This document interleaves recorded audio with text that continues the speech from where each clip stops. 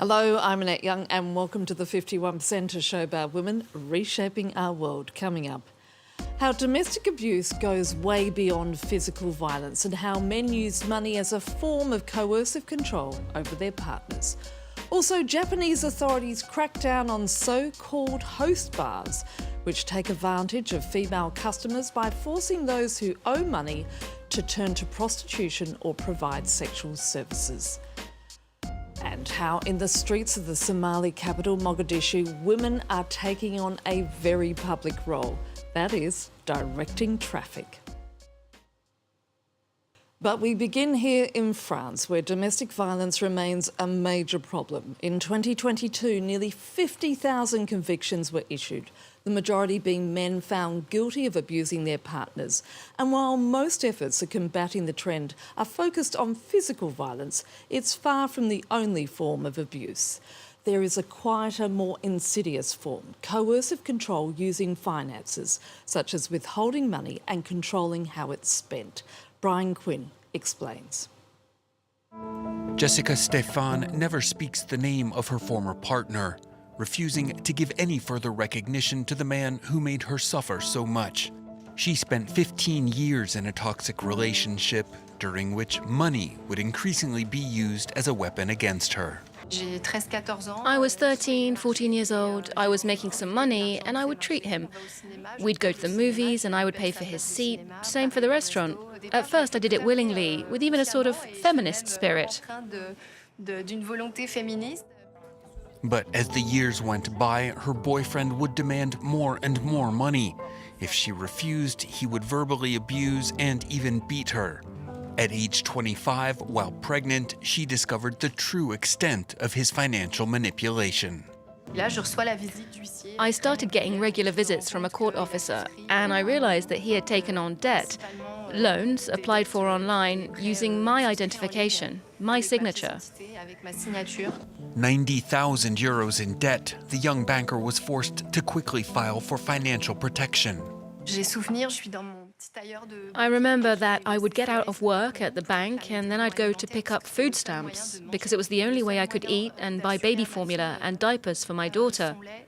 I asked my partner for an explanation, which I didn't get. I knew he was violent and I was afraid. She would eventually find the courage to file charges against him, 30 of them, and move out. He was given an 8-month suspended prison sentence. He died several years later. Economic abuse. It leaves no bruises and frequently passes unnoticed. To raise awareness of the phenomenon, a feminist association created this fake ad for a fictional app, allowing men to control their wives' spending. Ah, c'est génial. Dès que ma femme doit faire un achat, je suis alerté. Je peux transférer toutes ses allocations direct sur mon compte. Ah bah tiens, elle veut payer son abonnement de bus. Ah mais y a pas moyen, je refuse. De toute façon, on s'aime. Donc ce qui est à elle est à moi. This non-profit hears from domestic abuse victims every day, and money is often part of the stories told. These are men who take the government's family benefits and keep them on their own account, who forbid their wives from having their own accounts, from having a job. Depriving a woman of financial autonomy, even forbidding her to work to make her dependent and better control her. This woman experienced it firsthand. One night he tied me up as I was sleeping. He took a rope, tied me to the bed and went off to work. He knew that I also had to go to work. He even turned off my phone so that I couldn't be reached. She would lose her job and eventually flee their shared home. Jessica Stefan went on to become an advocate for victims, raising awareness among bankers. According to a recent poll, 41% of women have already experienced economic abuse. Next to Japan, where authorities have enforced a crackdown on so-called host bars since the beginning of the year. These are clubs whose male employees trick women into spending large sums of money to drink and spend time in their company. Victims who believe they're in love with their hosts are left with massive debts, forcing some to turn to prostitution to pay them off. Our team on the ground sent us this report.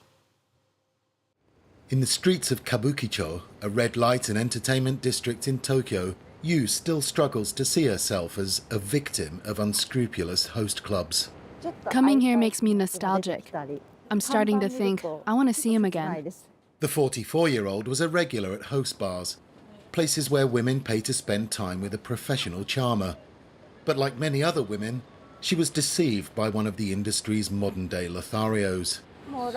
Every day, we would message each other. He had a key to my apartment, and we would visit regularly.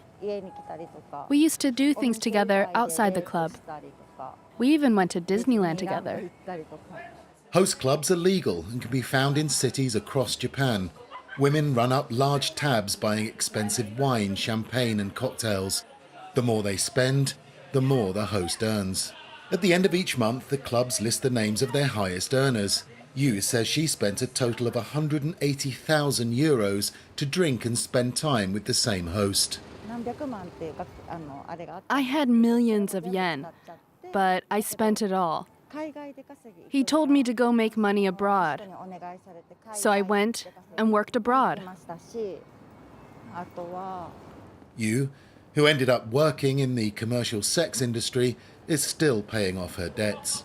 The clubs insist their employees do not have sex with their clients, but it's impossible to know what happens off the club premises. An estimated 6,000 men work as hosts in Kabukicho, a small neighbourhood that's home to around 300 clubs, a magnet for tens of thousands of women.